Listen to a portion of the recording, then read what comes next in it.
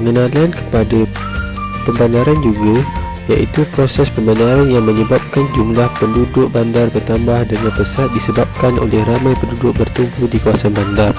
Proses pembandaran atau urbanisasi merupakan proses perkembangan sesebuah bandar dari segi saiz penduduk, luas kawasan, fungsi dan kemudahan infrastruktur. Proses ini juga menyebabkan perubahan dalam ekonomi dan sosial. Sebagai contoh, kegiatan ekonomi telah berubah daripada kegiatan pertanian kepada perindustrian, perdagangan dan perkhidmatan. Selain itu juga, trend perbandaran di negara Malaysia dapat dilihat melalui selepas kemerdekaan. Proses perbandaran di Malaysia bertambah dengan pesat. Keadaan ini dapat dilihat dari segi saiz penduduk, kegiatan ekonomi dan kemudahan infrastruktur. Dari segi saiz penduduk, jumlah penduduk di bandar telah bertambah berbanding dengan jumlah penduduk di luar bandar. Sebagai contoh, terdapat 61.8% penduduk Malaysia yang tinggal di bandar-bandar utama pada tahun 2000. Antara faktor yang mempengaruhi pembandaran di Malaysia disebabkan dasar kerajaan membuka beberapa zon industri seperti zon industri ringan di Kepong, zon perdagangan bebas di Petaling Jaya, Payang Lepas dan Pasir Gudang. Bandar-bandar baru yang berkembang sebagai bandar perindustrian ialah Shah Alam, Kertih, Air Keroh dan Senawang. Kawasan luar bandar dibangunkan seperti rancangan tanah kerajaan di Pahang, Negeri Sembilan dan Sabah. Taraf pendidikan semakin baik di bandar seperti di Bangi, Sintok dan Skodai.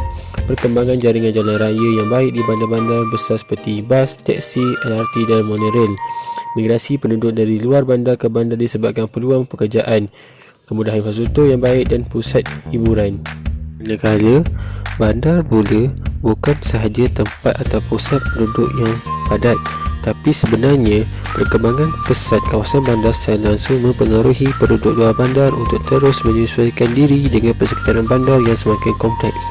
Berdasarkan maklumat mengenai antropologi bandar yang mengkaji sistem budaya dan identiti bandar serta pengaruh kekuatan politik, ekonomi, sosial dan budaya terhadap realiti dan proses bandar.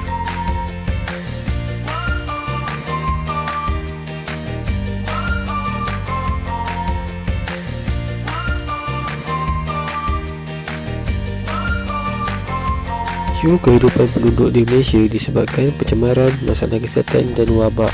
Pencemaran merupakan salah satu isu yang menyebabkan kehidupan masyarakat terjejas.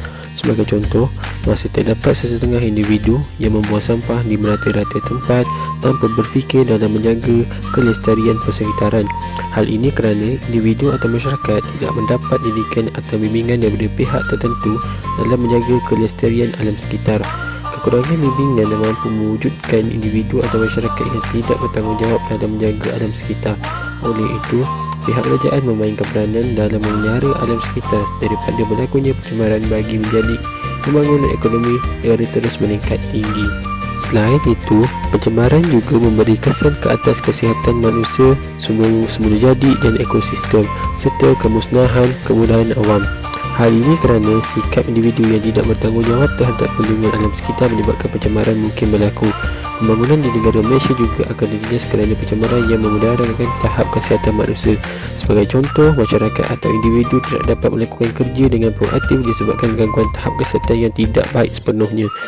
Tambahan pula, kualiti udara yang tidak bersih di negara Malaysia susulan pencemaran berpunca daripada hingar dan asap, habuk, debu, malah penyebaran penyakit coronavirus yang tersebar melalui udara.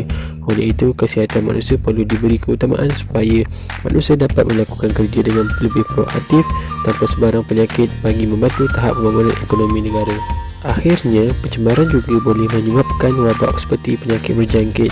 Kadar jangkitan penyakit dalam laporan ini terdiri berdasarkan jumlah jangkitan baru yang dikira oleh jumlah populasi dalam jangka masa tertentu.